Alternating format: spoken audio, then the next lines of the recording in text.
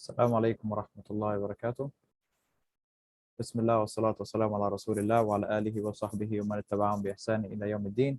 So inshallah, we're going to begin our first session with the Prophet's stories.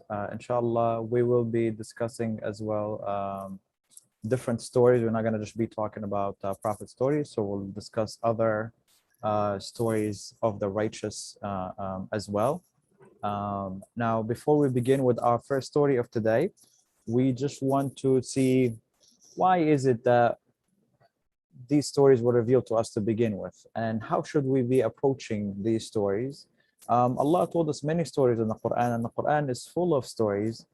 And contrary to what many people may think, these stories were not said to us for the purpose of the story, but they were picked by Allah for us to learn something from these stories, to imitate these prophets and the righteous individuals that Allah had mentioned their stories in the Quran, as well as in the Sunnah by the Prophet sallallahu alaihi wasallam. So that's what we're going to try to do with our story today, and all of our stories going forward, inshallah, which is to gain what we're trying to get out of these stories. How can we benefit from this story in our life? How can this story affect our life?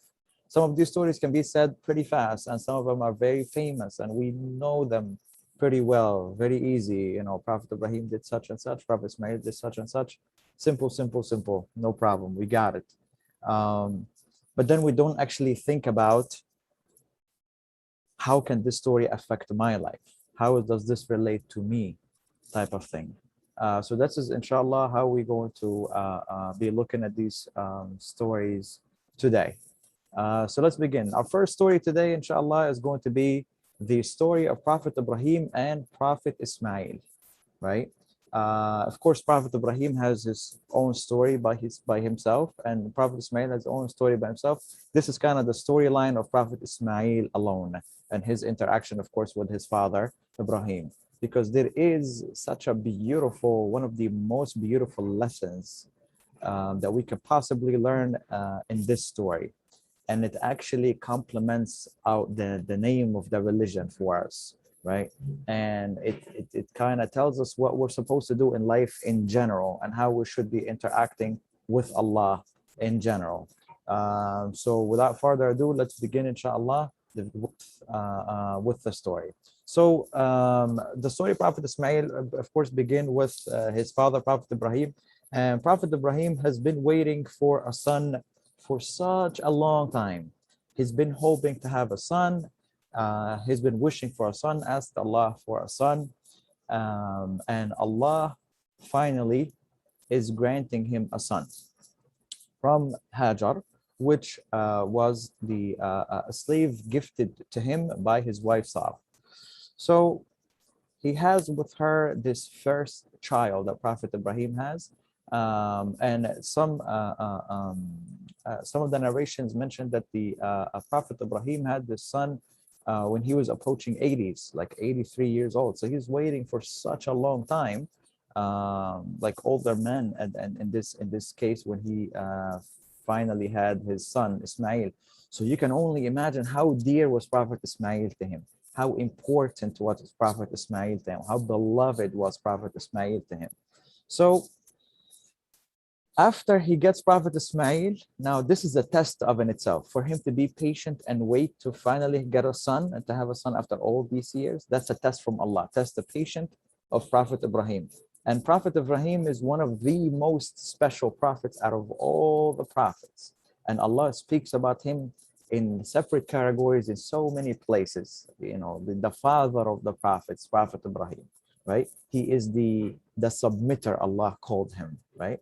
And we will speak about how does this relate exactly to his story. So here, Prophet Ibrahim finally has a son. Okay, he has his son Ismail. He's young, he's a baby.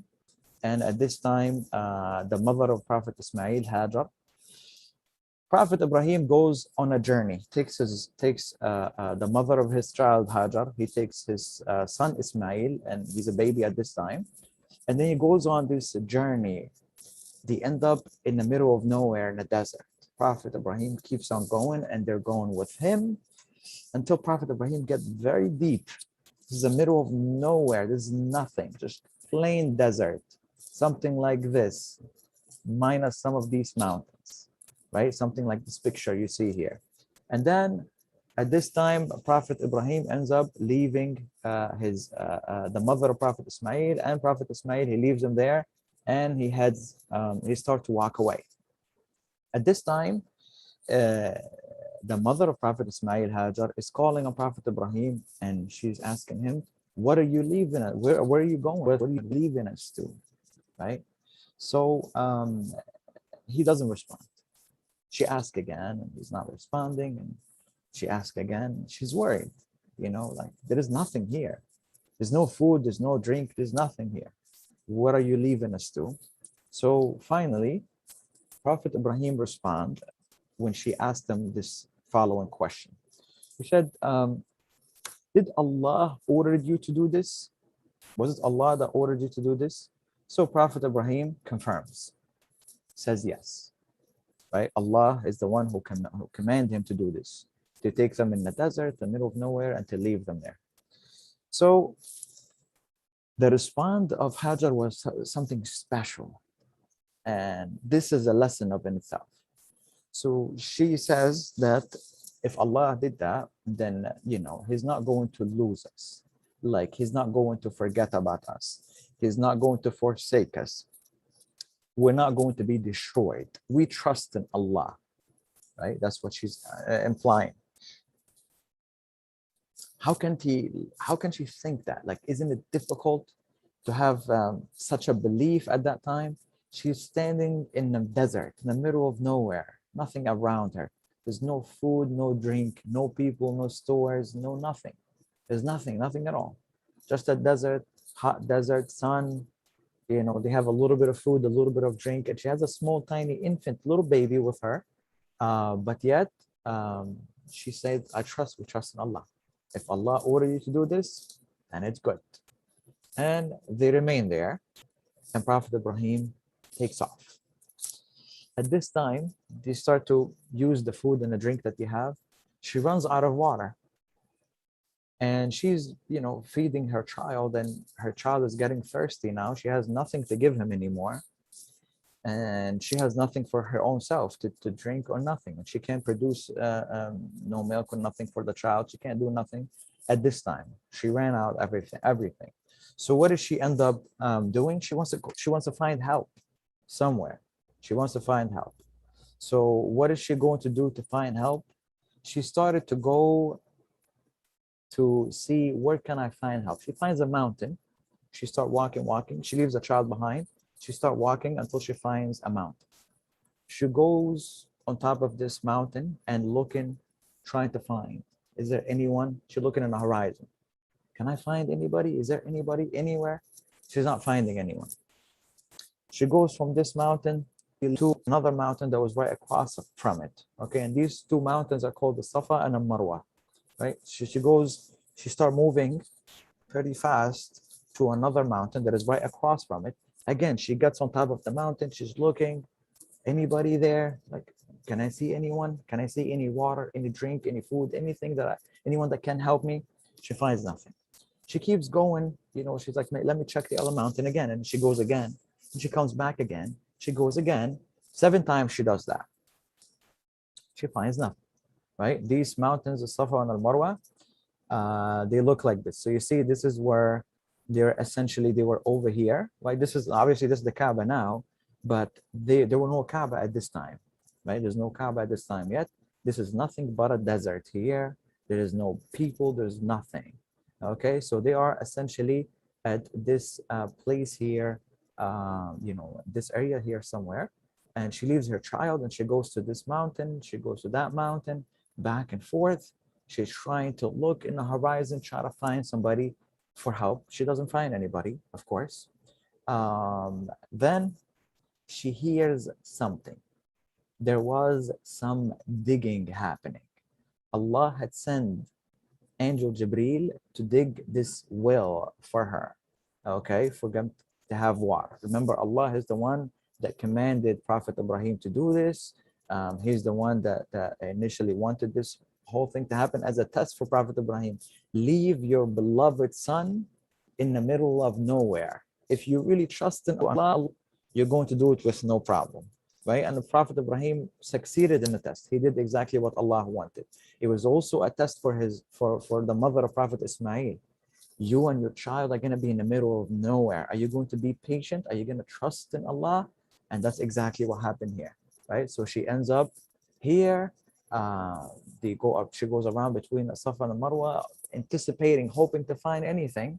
And finally, as we said, Angel Jibreel comes. He digs this well beneath Prophet Ismail, and Prophet Ismail is like moving. He's a little baby, but he's moving. He's like in pain. He's thirsty. He wants something, and he doesn't. There's nothing for him. Water start coming out, gushing from the ground. Which water is this? This is the water of Zamzam. Okay, and this Zamzam water, Jibreel is digging it from beneath Prophet Ismail, right? And it started to come out gushing. Right, and you can see this. How close is that to later on what's going to become Kaaba? Again, is there Kaaba at this time? There is no Kaaba right now. Right now, it's just Prophet Ismail and his mother Hajar, and there's no one else here.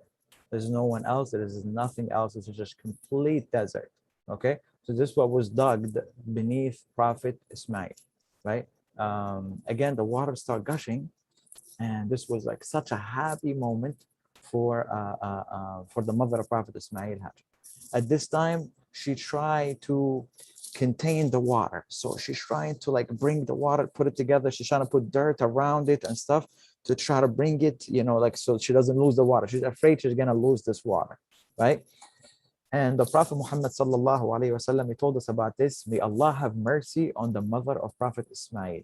He said that if she would have left this water alone, it would have been like a river. It would have like flowed like a river. Like it was gonna gush enough, and it was gonna like create, this river or like a spring, right? But because she tried to contain it, it became like a well, as you see there, right? Like a well means what? Like water deep beneath the ground, and then people can just get the water from there, right? And obviously that well is still there, still here until now. Okay, the water, the well of Zamzam. Anyway, when this water start coming out, gushing and all this, a little bit after comes in some, this caused some birds to start hovering around the area where the water is. So some birds are hovering around, okay, and the mother Hajar and her son Ismail are rejoicing. They're happy now. They have enough drink and stuff like that. So this is a sign of life. Obviously, with water, she can survive there. So at this time, when the birds start showing up there, this causes some people to like see this in the horizon. They're looking up in the horizon in the desert, and they see some birds flying over there, which is make the people like curious. It's like, how could there be birds hovering over something there? There must be water. Okay, so some people from a tribe called Jurhum, okay, this is like a very, very old, like you can say like the ancient Arabs, like long time ago.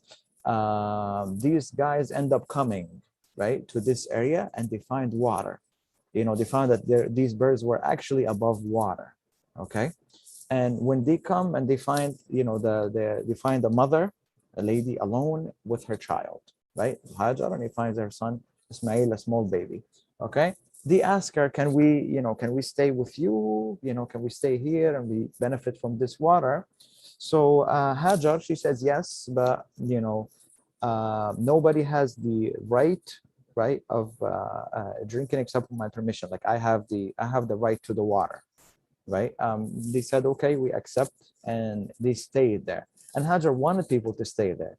And the beautiful thing is, after Prophet Ismail left his the mother of his child and his child Ismail, he made dua to Allah, right, for them for Allah to bring people to them and for Allah to provide for them. And Allah did provide exactly as Prophet Ibrahim asked for. So they were provided with water, and that led to drinks. I mean, that led also to food. They were provided with people because the fact that they had water there, it made more people want to come there. And then people actually settled in this area, and this became, later on is going to start to be a city, a whole city, just because of this well of Zamzam in the middle of nowhere in the desert. And this later on is going to develop it to be what we're going to know it today to be Mecca, right? Such a beautiful thing. Again, look at the trust of Prophet Ibrahim. He left them, trusted in Allah, made dua, asked Allah, help this, my family that I left behind in the middle of nowhere, help them, right? And trusting in Allah that Allah will take care of it. Also, you see the Hajar, her trust in Allah. She trusted in Allah so much that she was left in the desert, yet she had no problem, being left in a desert. And she would trust in Allah. If Allah wanted this, then no problem. Now, look how Allah repaid her. Allah gave her the water. Allah gave her the people. Allah gave her like everything that she wanted and everything our Prophet Ibrahim had asked for. Now, not just this. Hajar was honored in a different way. And Prophet Ibrahim was honored in a different way, as well as Prophet Ismail. How? Hajar was honored that her footsteps that she took between Safa and Al-Marwa, like these two mountains, when she was looking for water, looking for help, she's honored so much that until today, millions of Muslims, they go to do Hajj and to do Umrah, and they follow exactly her footsteps that she took. The footsteps of trust that she took between these two mountains, they go there to follow her footsteps of trust, trusting in Allah, going between these two. And this is obviously like showing this ultimate belief she had in Allah, no doubt in Allah whatsoever, okay? And we go between the Safa and Al-Marwa, following the footsteps of Hajj. Why are we doing this? We're doing exactly what Hajar did, right? That's how much Allah honored her until today. And we're talking about thousands of years ago. Hajar did this action of trust until today, and until the day of judgment, until people will continue to do Hajj all the way until the end. This will continue to be happening, the honoring of Hajar through the people following her footsteps in that. Okay. Also, the Zamzam water that came through, through her and for Prophet Ismail as well, is still here.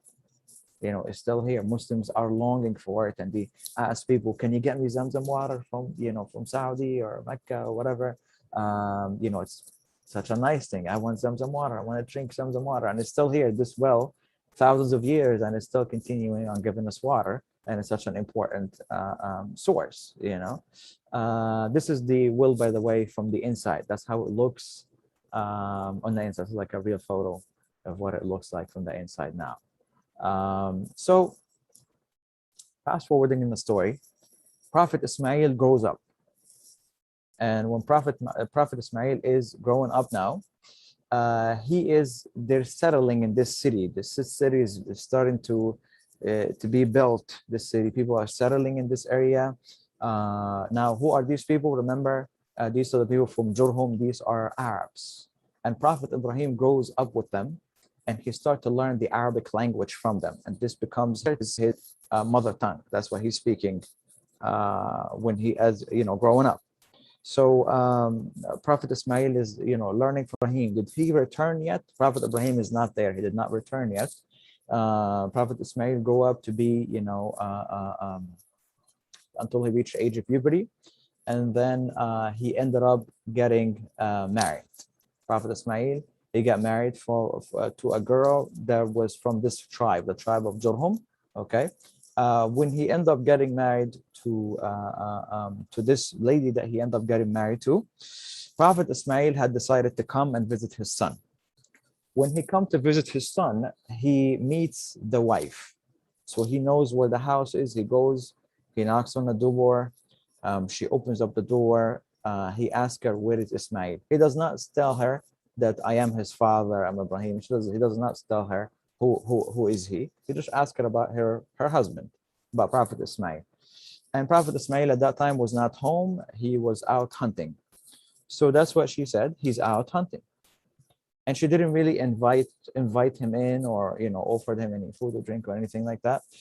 And Prophet Ibrahim, with his wisdom, he realized this woman was not good for his son. So he left a message with her to his son Ismail. And the message was, and again, he didn't get to see him this time. He's actually going to leave without getting to see him. The message was, change your doorstep, meaning this was a code word for what? Change this wife. This wife is not good for you, right? You married the wrong person. This is not good for you. So when Prophet Ismail came back, and she told him, like, there was an old man came and asked about you, and I told him you're hunting, and he told me to tell you such and such and such. So he ended up saying to her, this is my father, right? This is my father Ibrahim, and he's telling me to divorce you, right? So then he divorced her and he married someone else. Later on, after this new wife that he ended up marrying, Prophet Ibrahim returned again. But this is at a time where, again, Prophet Ismail was still out hunting. So he knocks on the door. This woman opens the door, and she was very inviting to Prophet Ibrahim, and she was very nice. And the Prophet Ibrahim realized that this is a good person for Prophet Ismail. She offers him food and drink and stuff, and then Prophet Ibrahim asked her, like, what do you guys eat, right? What do you drink? She said, we eat meat and we drink water. Like, we have enough. Allah blessed us. We're happy. So Prophet Ibrahim made dua for them. And then after he asked about Prophet Ismail, his son, and she told him he's hunting, he tells her to tell him, keep your doorstep. Okay, like, this is a good wife, stay with her, right? This is a good fit for you. You made the right decision this time. So that's what he ended up doing, and then he leaves again. Again, did he meet Prophet Ibrahim at this time, Prophet Ismail at this time when he came? No, he did not.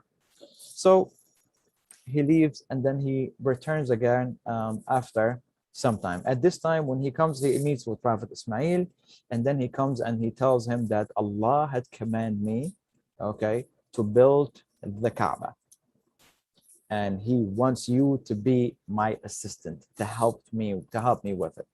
So Prophet Ibrahim and Prophet Ismail are commanded by Allah to build a house for Allah. And this is the time that they are about to get together and start to build the Kaaba together.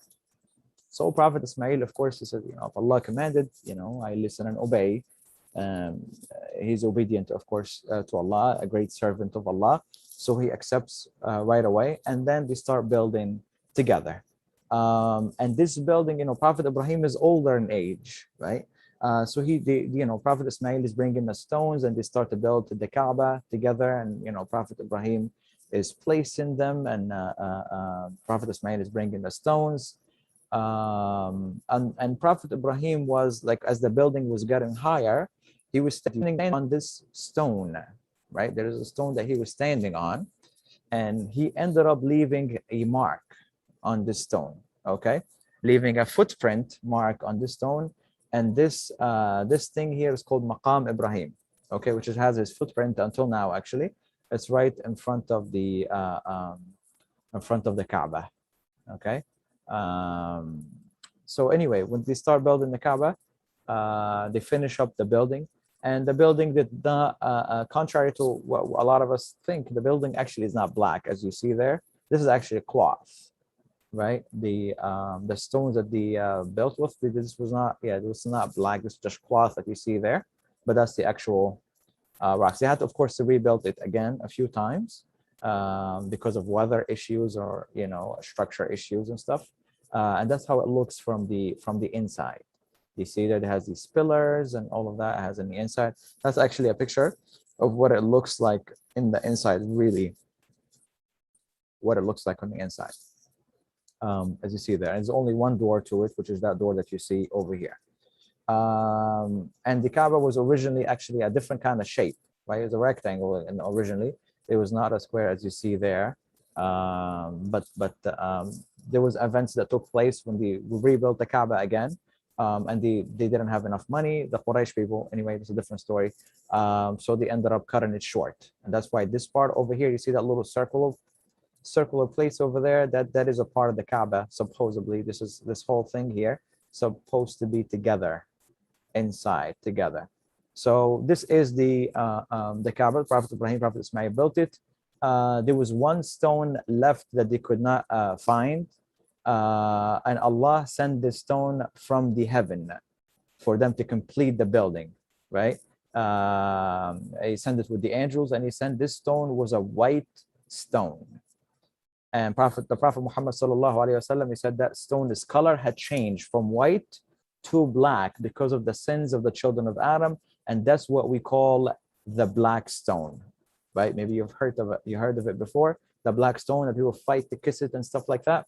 This is the black stone. It's so special that it's because it's not from Earth, right? This is something that's not. The stone isn't even from Earth altogether. It's sent down by the angels to complete the building of the Kaaba, because it did not have this thing. And Allah willed for the building of the Kaaba to be missing this one stone, for them to receive the stone that was special given to them through the angels, for it to be placed. So Allah wills for all that to happen, of course. Okay. After the building of the Kaaba, Prophet Ibrahim and Prophet Ismail are about to face another challenge, and this one is really, really big. This is one of the most major highlights of the story. Okay, and in this one here, Prophet Ibrahim sees a dream, right? And as we know, this part is pretty famous, right? Prophet Ibrahim sees a dream, and in this dream, he sees that he's slaughtering his son Ismail. Now, why is that special? You know, we see dreams all the time. How come Prophet Ibrahim is like thinking like, oh, this is something serious, or this is something Allah is telling me to do? The reason why he's taking this, that Allah is telling me to do something with this, is because the dreams of the prophets are revelation from Allah. They're not like our dreams. You know, we can be thinking of a soccer game and we go to sleep, we're thinking about soccer game, or we're thinking about a test and we go to sleep thinking about, you know, the test, that kind of thing. But the prophets are not like us. The prophets, if they dream of something, that means this is Allah is telling them something. This is from Allah. Any dream that comes to them is dreams from Allah, true dreams from Allah. All of the dreams are revelation. So this means Allah is commanding him, kill your son Ismail. Now, could you imagine this? Prophet Ibrahim has been waiting all of his life for this son. Finally, he gets a son. Then Allah tells him, leave him in the desert. Such a difficult decision. How can he leave his own son in the middle of nowhere? But he does it to obey Allah. And then later on, Allah is testing him again, right? Kill your own son. Kill your own son. He sees the dream a second day. He doesn't do anything the first time. He sees a dream again. He sees a dream again, third time. And at this time, Prophet Ibrahim actually goes to his son Ismail, and he narrates to him, he tells him what he saw. You know, he said, I saw in my dream that I'm slaughtering you. What do you think? How you feel about that? Prophet Ismail says, such a strange answer, but a powerful answer. It's not likely for a person to answer it with such a way. He said, do as you were commanded. I will be patient. I'm patient. If Allah commanded killing me and Allah ordered this, no problem. No problem. When Allah talks about this in the Quran, he mentions such an amazing, beautiful term. He said, فَلَمَّا أَسْلَمَا. When they have became Muslim. Wait a second, isn't Prophet Ibrahim and Prophet Ismail Muslims? Of course, they are. So what is here a Muslim? What does Muslim mean to begin with? And this is why this story is extremely special. Muslim means a submitter to Allah, someone who submits to Allah, someone who surrenders to Allah, meaning someone who does what Allah wants, not what he wants, right? I want to play around right now, or I want to have fun. I want to watch a movie. I want to do this. I want to do that. But Allah wants me to pray. What will I do? I want to wear what I want to wear, but Allah doesn't want me to wear this, but he wants me to wear that. So what will I do? That's a submission, surrendering, okay? Leaving what I want to what Allah wants, okay? So here, Prophet Ibrahim and Prophet Ismail, they both submit to Allah. They literally do this, meaning what? We accept whatever you say. Allah tells the father, kill your son. Allah tells the son, get killed by your father. And both of them, they do this. We accept anything from you. We accept it, okay? And at this time, that's when they have the, of course, the miracle that's about to happen here. Prophet Ibrahim is getting ready. He's placing his son. He has his blade. He's about to do it, you know. And at this time, the Prophet ﷺ had told us that Shaitan came to him, you know, and he's blaming him and like trying to, you know, according to Shaitan, put sense in his mind. It's like, how could you kill your son? You know, the Shaitan is speaking to Prophet Ibrahim, and he's telling him, how could you kill your son? How are you going to kill your son? How could you do such a thing? Right? And Prophet Ibrahim is like, keep making remembrance of Allah, and he's telling him like, go away, and throwing rocks at him to just like, you know, get out of here. You know, I don't want to hear nothing from you. And he continues on with his decision, with the submitting to Allah. So as he gets ready to slaughter Prophet Ismail, as you know, Allah replaces him with a sheep, okay, that he ends up slaughtering instead, and he saves Prophet Ismail. At this time, the question here, why did Allah, what's the wisdom that Allah told Prophet Ibrahim to kill his son Ismail, and then do the switch and, you know, and take the son away and give him a sheep instead? Why? Why is all of this? It's all a test from Allah. And the whole life is just like this incident. Allah puts things in our way that we may like or dislike. And all of it is a test from Allah. Test of what? Test of submission. Will you submit to Allah like Prophet Ibrahim? Will you submit to Allah like Prophet Ismail? Will you accept what's about to happen? You know, what Allah has given you, whether it's good or bad. Will you accept it? Will you object? Will you say no? This is what it comes down to. And that's why the story is one of the most beautiful stories, because of this meaning that comes out of it, which is what? Islam. What does Islam mean? It doesn't mean peace. Islam means submission to Allah, giving up what you want for what Allah wants. And that's exactly what Prophet Ibrahim and Prophet Ismail did. And this story accommodates all of that. It shows you like the trust that they have in Allah. They have complete trust in Allah. It tells you about the submission that they have. Like you see the trust from the beginning, the trust of Prophet Ibrahim, the trust of his wife Hajar, the trust of Ismail. You see the submission, Hajar submitting to Allah and the commands of Allah. You know, Prophet Ibrahim submitting, Prophet Ismail submitting. So this is it, inshallah, this beautiful, beautiful story. We'll pause here, and inshallah next time we'll continue on with another story. We ask Allah to make us from those who will listen and obey, and to make us from those who will submit to Him subhanahu wa ta'ala. أقول قولي هذا وأستغفر الله لي ولكم وصلى الله وسلم على نبينا محمد وعلى آله وصحبه أجمعين. السلام